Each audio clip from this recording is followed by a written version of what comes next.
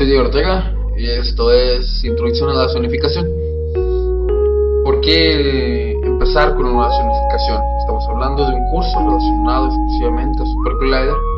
Bueno, creo yo que es importante tener las herramientas teóricas necesarias para poder entender lo que vamos a hacer a partir de esos conocimientos en Super Collider. Además, claro, la zonificación por sí misma es muy interesante y nos permite encontrar nuevas formas de interpretar información y de transmitir un mensaje.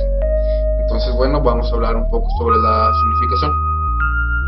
¿Cuál es la definición?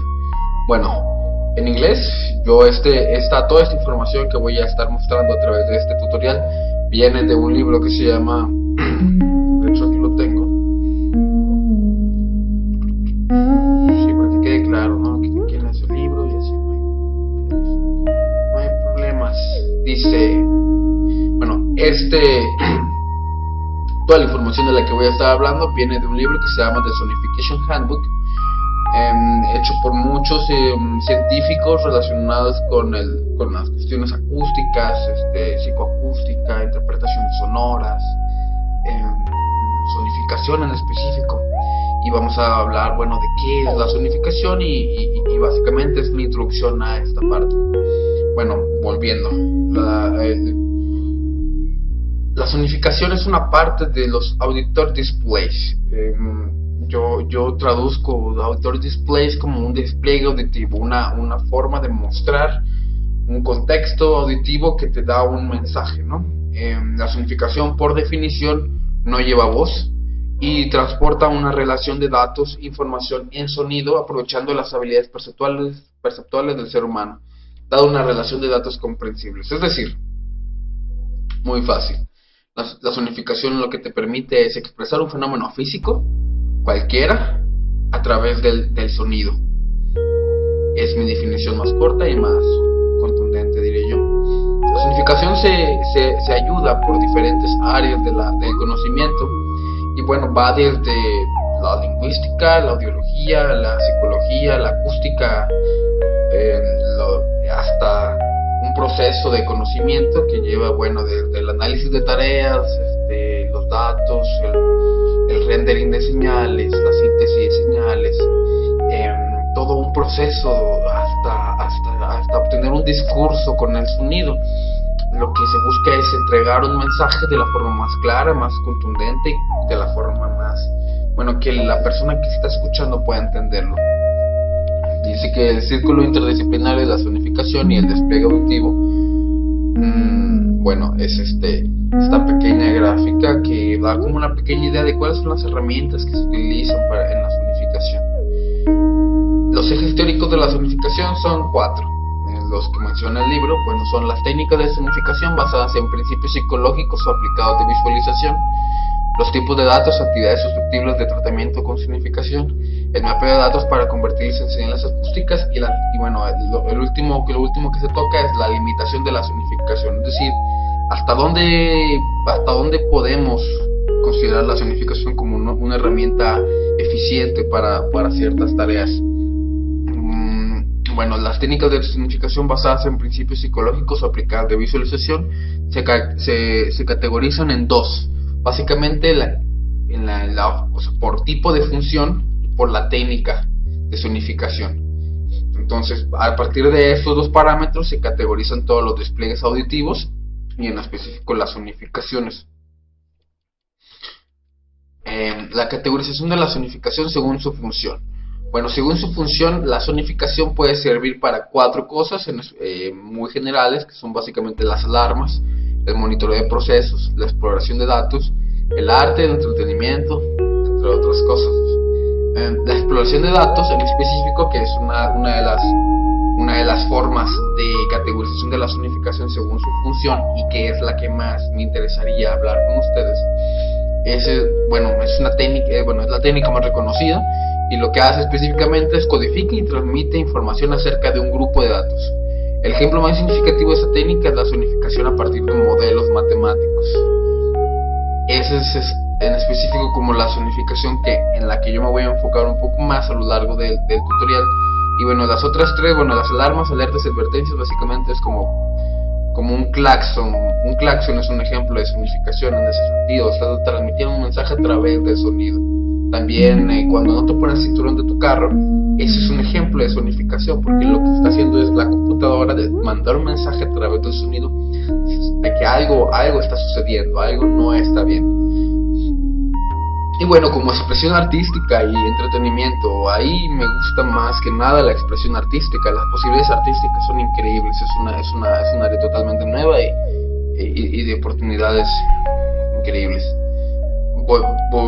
Ahora vamos a la categorización de la sonificación según su técnica. Bueno, hay 6 tipos de categorías, y es basada en eventos, basada en modelos, continua, de interacción, mapeo de parámetros y audificación. Es decir, ¿cuál es la sonificación basada en eventos? La sonificación basada en eventos es toma un evento tal que produce una reacción sonora. Es decir, tú tienes una gráfica de sonido que dice pasas un threshold y a partir de ahí comienzas a tocar una escala, ¿no? Entonces esa es una sonificación según basada en eventos. Y luego están las sonificaciones basadas en modelos. Lo que hace la sonificación basada en modelos es crear modelos virtuales, crear un objeto virtual que tú puedas explorar poco a poco y puedas conocer, y a través de esa exploración conocer todo un set de datos. Y para no andar dato por dato, pues te vas por un modelo virtual. Es un área más o menos abstracta.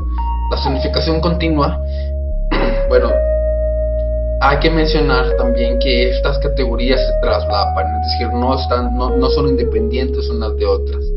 Una sonificación continua puede ser una sonificación basada en eventos también. Es decir, una sonificación continua es la que toma una serie de eventos de datos y la va transformando en tiempo real en sonido. Esa es una sonificación continua. Después de interacción y basada en modelos también se relacionan mucho, porque lo que haces tú cuando creas una sonificación basada en modelos y creas un objeto virtual el cual estás explorando y estás conociendo, y a través de ello conociendo los datos que se quieren expresar a través del sonido, pues estás interactuando con ese objeto. Entonces es un ejemplo de sonificación por interacción y basada en modelos. El mapeo de parámetros es muy fácil. Tú tienes una serie de datos y a cada dato, si al cambio de datos tú le vas asignando un valor diferente a cada uno de los parámetros que tú tienes en una onda sonora. Es decir, pitch, hablo de tono, hablo de, por ejemplo, timbre, hablo de alturas, hablo de tempos, de ritmos, de pulsos. Es decir, todas estas dimensiones sonoras que pueden ser tomadas como parámetros. Entonces, todas estas dimensiones sonoras que pueden ser tomadas como parámetros pueden tomar directamente una línea conectada con un stream de datos. Entonces tú al parámetro de dinámica de amplitud de una onda le das lo normalizas con un stream de datos. Entonces ese stream de datos va a afectar directamente el comportamiento de la dinámica del sonido, o de la altura del sonido, o del tono del sonido, o del timbre del sonido. Ese es un mapeo de parámetros. Ahora, bueno, la audificación. La audificación es el método más reciente de sonificación directa, que lo que hace es tomar una serie de datos y transformarla directamente en sonido. Es decir, estas señales son parametrizadas, y es como si les quisiera modelar como si fueran una sinusoidal el comportamiento mismo de la señal. Con esto esta técnica se ha utilizado con sismos y básicamente con eso. Bueno, ahora vamos al siguiente eje, que es los tipos de datos o actividades susceptibles de tratamiento con sonificación, los cuales son básicamente 5.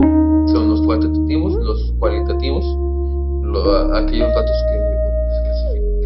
que se clasifican según la escala, la información discreta y, bueno, la información continua.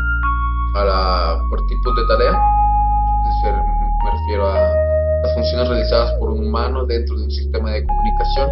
Estas, bueno, son el monitoreo, la conciencia de un proceso o situación, la exploración de datos, puntos de estimación y punto de comparación, Punto de estimación es básicamente determinar en cierto momento en cierto momento específico de la sonificación qué valor hay. Es decir, por ejemplo, cuando se da un cierto tono, si esa es la dimensión, si el tono es la dimensión sonora que se está variando, identificar un valor específico en ese tono.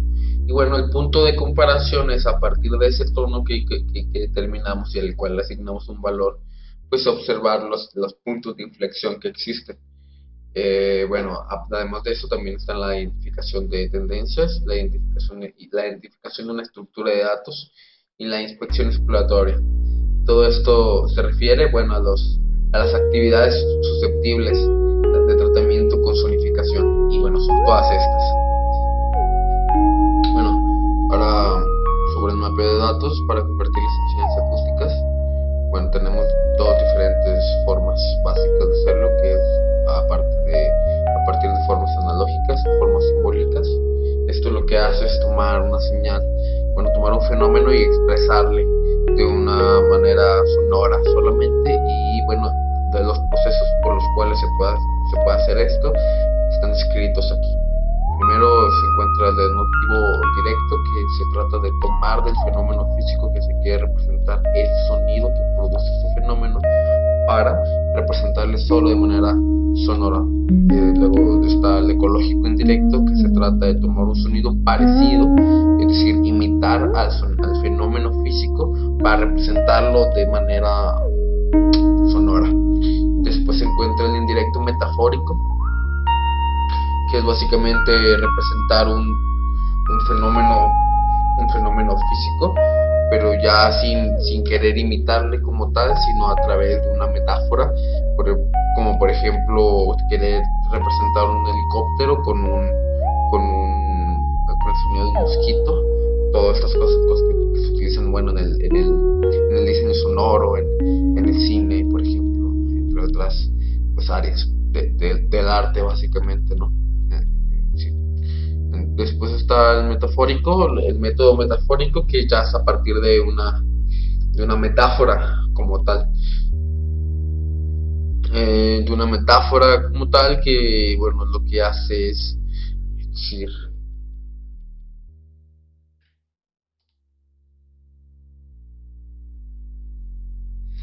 el metafórico, de una forma metafórica, bueno, ya es como una metáfora con sonidos que ya no se parezcan en absoluto, y tengan una relación muy simbólica, y para eso se utiliza más un lenguaje ya que debe de crear la persona que está haciendo el diseño sonoro, o la sonificación, más allá de que venga de un lenguaje ya implícito, como por ejemplo el sonido del viento para representar la lluvia, etc. Por último está el método sintético connotativo, que básicamente es generar a partir de que es lo que hace hay que especificar. Esto lo hace más la sonificación ya como tal, de las formas comunes de la sonificación. Lo anterior era más como diseño sonoro. Esta parte ya es más pertenece más a la sonificación, porque bueno, la sonificación lo que hace es tomar no un sonido que se parezca a este sonido que queremos representar, o a este fenómeno que queremos representar, sino pueden ser datos como tal, pueden ser cosas totalmente ausentes de sonido propio, de identidad sonora, y generarles identidad sonora a partir de un lenguaje creado totalmente. Entonces estamos viendo cómo va cambiando de una parte, de una forma que utiliza un lenguaje ya existente, a algo que no tiene un lenguaje que nosotros necesitamos crear.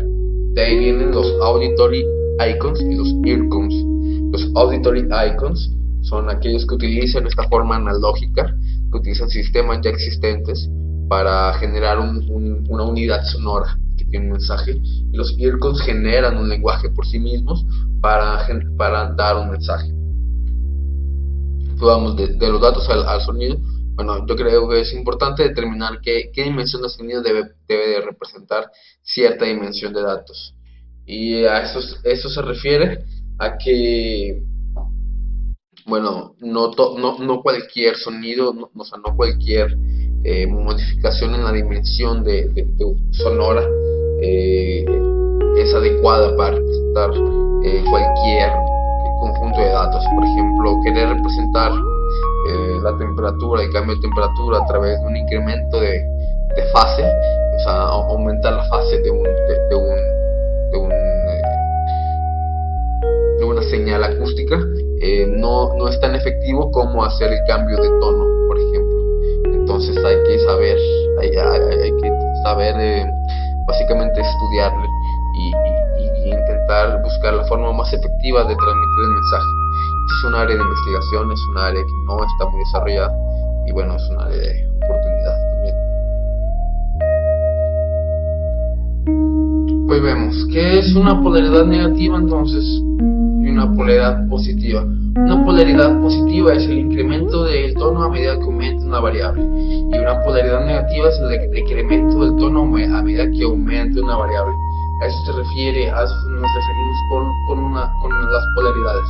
Y es una forma lógica, la lógica con la que se van a interpretar los datos. Ahora, bueno, escala y contexto. Es muy importante coordinar la normalización de los datos que sean representados con la interpretación del escuchador.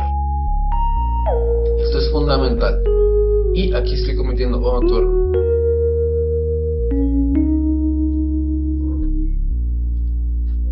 Tres, dos, uno.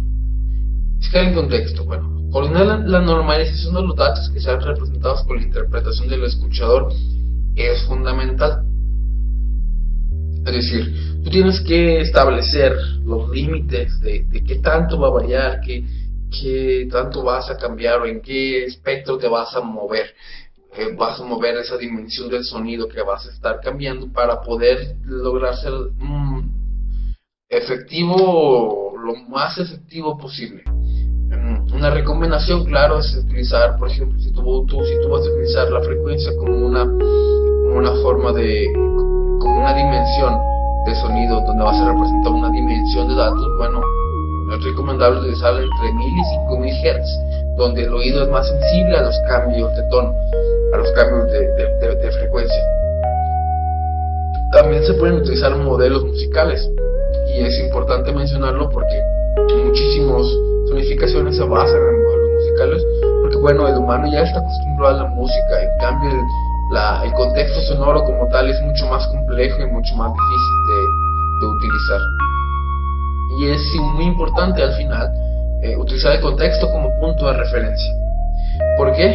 Bueno, porque el contexto te da la oportunidad de entender específicamente de dónde vas a partir y cuáles son o sea, qué esperas, qué significa un tono en específico en relación a otros. Es muy importante tener los contextos y darles referencia específica. Ahora, bueno, por último, el último eje teórico de la sonificación, bueno, básicamente son los factores limitantes. ¿Hasta dónde puede llegar la sonificación y qué los limita? La estética, por ejemplo, es el primero que se estudia. ¿Y por qué la estética? Bueno, la estética es una cuestión humana. El humano necesita de la estética, necesita de la belleza para promover, para generar interés en la sonificación. Y cosas de las que se han estudiado, bueno, la sonificación en general, es que falta de esta estética para la comprensión, para la promoción del interés y del enfoque en una experiencia sonora. Ahora, bueno, están las diferencias individuales y el entrenamiento. Es interesante hablar de esto en específico porque, bueno, cada persona es diferente y sus características diferentes, pues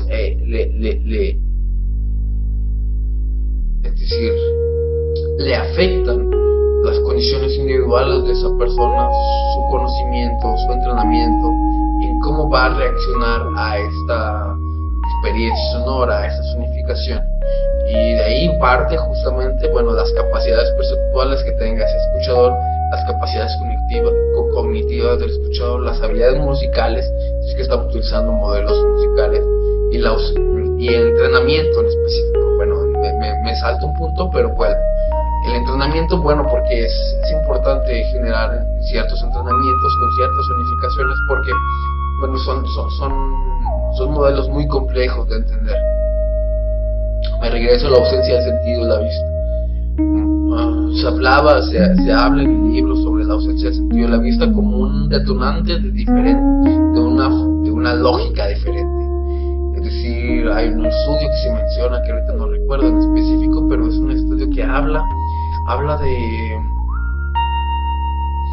de que las personas que no tienen vista, que bueno, se encuentran ciegas, esas personas pues, tienen una lógica diferente de escuchar el sonido. Por ejemplo, cuando tú pones, estás interpretando, pensamos, una dimensión de datos tal como la temperatura en la frecuencia, que es el ejemplo más común y más fácil. Entonces tú tienes esta relación y tenemos una polaridad positiva. Recordando, polaridad positiva significa al aumento de una variable, aumenta también la dimensión sonora. Entonces es una relación colineal, ¿no? Ahora, con esta relación colineal, ¿qué es lo que estamos observando?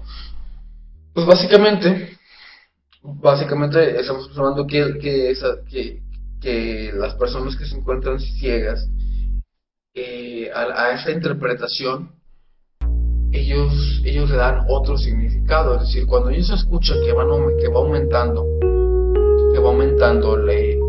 el tono, la lógica de una persona ciega al parecer es al revés. Ellos creen que va disminuyendo la temperatura, cuando una persona no ciega normalmente interpreta como el aumento de frecuencia como una polaridad positiva. Es decir, tiende más la persona que no es ciega a la polaridad positiva, y la persona que sí es ciega, que perdió el sentido de la vista, a una polaridad negativa. Y es algo, bueno, que hace falta estudiar, y así como básicamente mucho de lo que he hablado, hacen falta estudios para entender de qué estamos hablando y cuáles son los verdaderos fenómenos físicos y psicológicos que se encuentran relacionados con estas reacciones.